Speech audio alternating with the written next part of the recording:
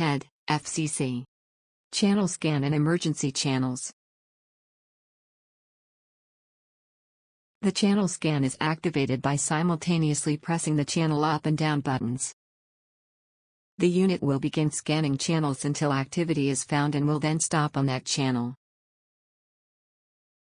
The scanning will begin again after several seconds of inactivity.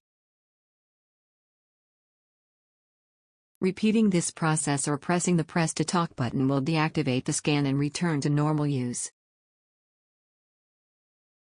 The TED FCC has two pre-programmed emergency channels, Channel 9 and 19.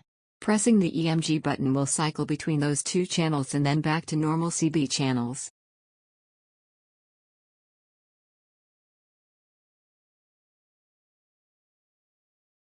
You're all set. Be sure to check out our other instructional videos and don't forget to like and subscribe.